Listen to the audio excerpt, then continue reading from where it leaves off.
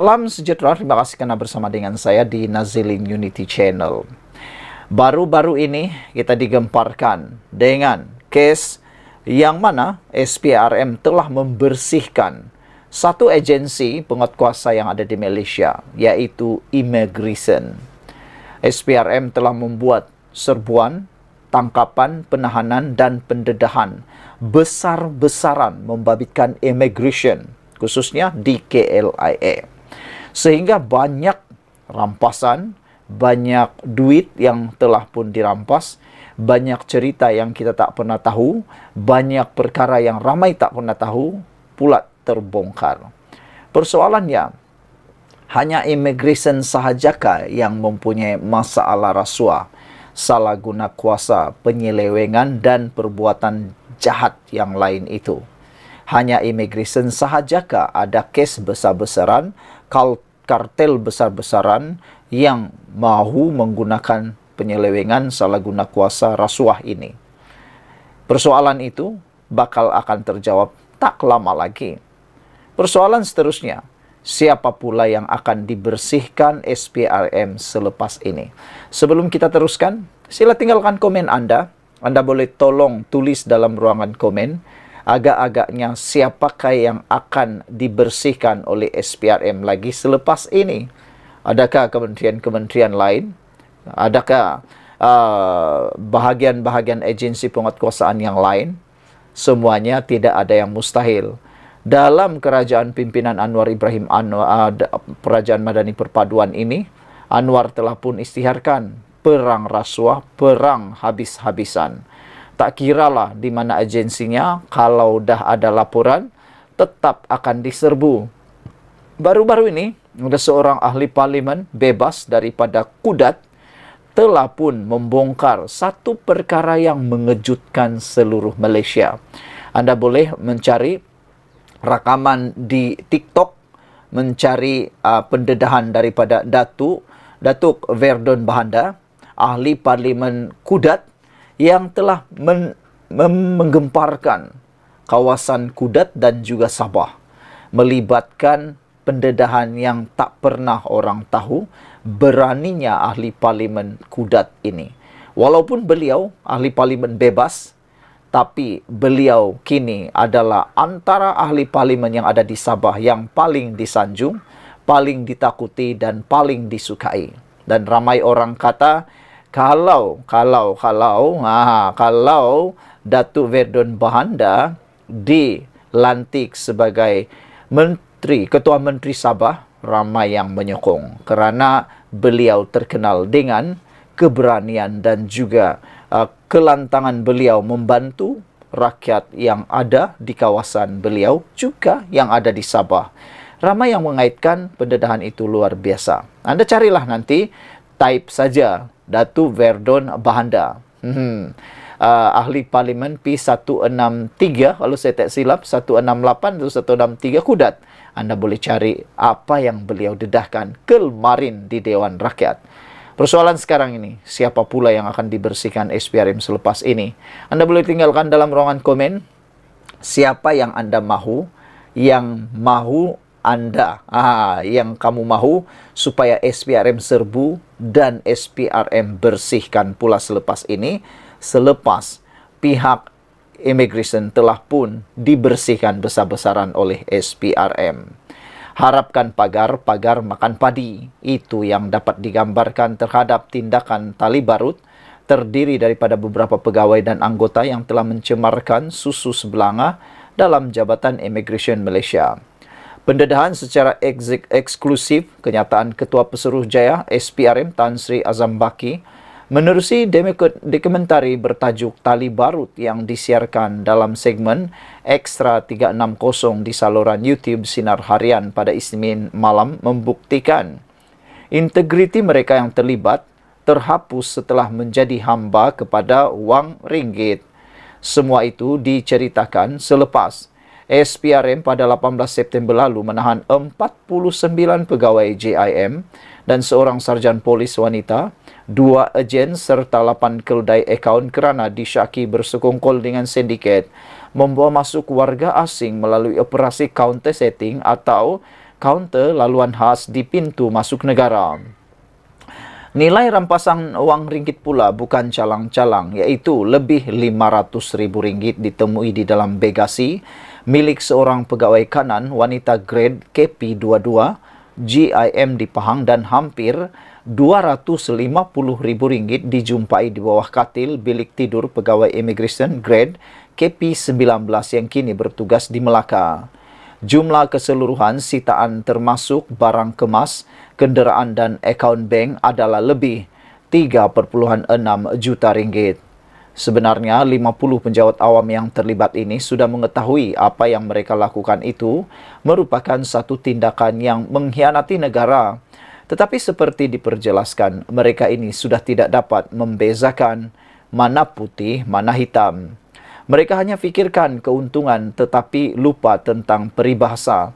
Sepandai-pandai tupai melompat, akhirnya jatuh ke tanah juga, atau jerat tidak lupakan pelanduk. Tertangkapnya mereka ini adalah hasil daripada kerjasama perbincangan sulit SPRM dengan bekas Ketua Pengarah JIM, Datuk Ruslin Jusoh, selain makluman dalaman daripada beberapa pegawai jabatan berkenan. Tabik hormat boleh diberikan kepada Ruslin. Biarpun berstatus bekas Ketua Pengarah, tindakannya nekad untuk membersihkan JIM wajar diberikan pujian. Untuk jabatan atau agensi kerajaan lain, bekas-bekas ketua boleh melakukan tindakan serupa supaya petualang-petualang yang mengkhianati negara dapat dibentras hingga ke akar umbi. Sekian untuk kali ini. Jangan lupa tinggalkan komen anda untuk isu kali ini. Adakah anda juga sedang menanti ada pembersihan besar-besaran dilakukan lagi oleh SPRM selepas ini? Cuba teka sekarang. Agak-agaknya, di mana lagi telinga SPRM sekarang? Di mana mata SPRM sekarang tertuju? Adakah itu di kementerian-kementerian yang besar, kementerian-kementerian kecil, kementerian-kementerian yang tersembunyi, ataupun adakah itu melibatkan kerajaan negeri, adakah itu melibatkan kerajaan-kerajaan negeri, GLC atau bank? Semuanya berkemungkinan. Hati-hati, jangan sampai anda pula termasuk dalam golongan yang menerima rasuah, memberi rasuah, ataupun menyeleweng, menyalahgunakan kuasa. Bak kata penulis di dalam sinar harian ini, yaitu sepandai-pandai tupai melompat, akhirnya jatuh ke tanah juga. Dan jangan lupa, jerat tidak akan pernah lupakan pelanduk. Nanti sudah kena baru tengadah. Sekian dulu untuk kali ini. Jangan lupa tinggalkan komen anda, tekan butang subscribe. Bye-bye.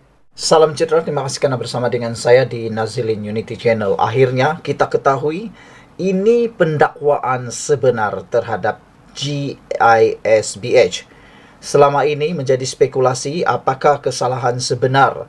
Apakah kesalahan sebenar yang dilakukan oleh GISBH sehingga ada beberapa aktivis NGO dan ahli politik khususnya memberikan komen, dan ada juga yang cuba mempertahankan beberapa perkara berkait dengan GISBH. Termasuk PAS telah pun mengeluarkan kenyataan bahawa jangan keterlaluan terhadap siasatan GISBH, jangan melampau, kata mereka.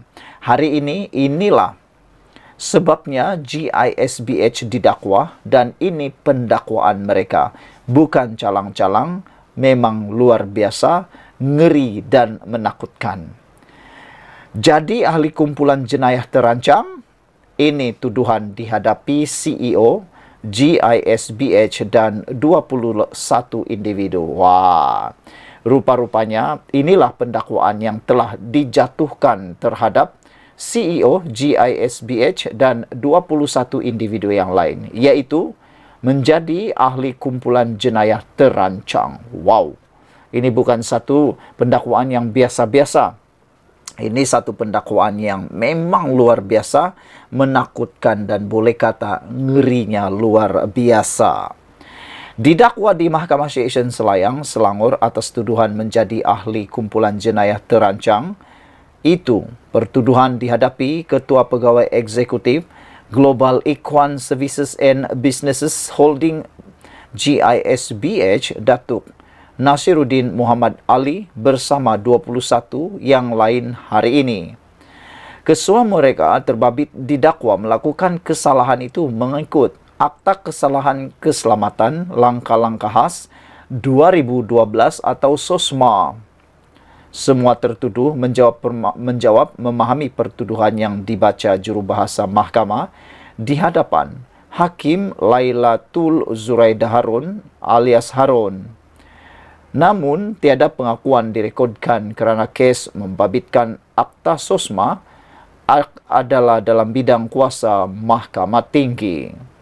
Peguam Datuk Rosli Kamarudin yang mengetuai barisan pembelaan mewakili semua tertuduh memohon panduan dari mahkamah mengenai soal jaminan kerana pertuduhan kerana kes akan dibawa ke Mahkamah Tinggi. Urusan jaminan akan dilakukan di Mahkamah Tinggi menurut Hakim. GISBH menggemparkan negara apabila terbongkar penganiayaan kanak-kanak termasuk salah laku seksual di rumah jagaan berkaitan syarikat yang terpalit dengan ajaran sesat itu. Saudara-saudara sekalian, sekarang ini sudah beberapa buah negeri telah pun mengisyaratkan, telah pun menyatakan bahawa GISBH telah membawa ajaran yang sesat. Seramai 402 kanak-kanak berusia antara 1 hingga 17 tahun telah diselamatkan pihak polis.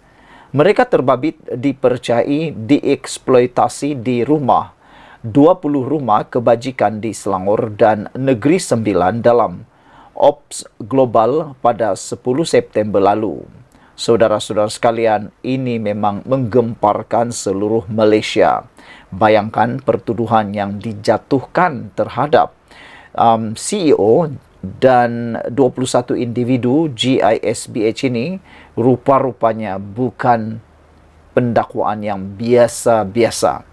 Jarang-jarang orang akan dijatuhkan ataupun dikenakan pertuduhan seperti ini, pendakwaan seperti ini. Sangat jarang. Biasanya akan dikenakan hukuman ataupun pendakwaan yang biasa kita dengar. Tapi yang ini betul-betul luar biasa. Bayangkan, mereka dianggap menjadi ahli kumpulan jenayah terancang. Inilah tuduhan yang dihadapi oleh CEO GISBH.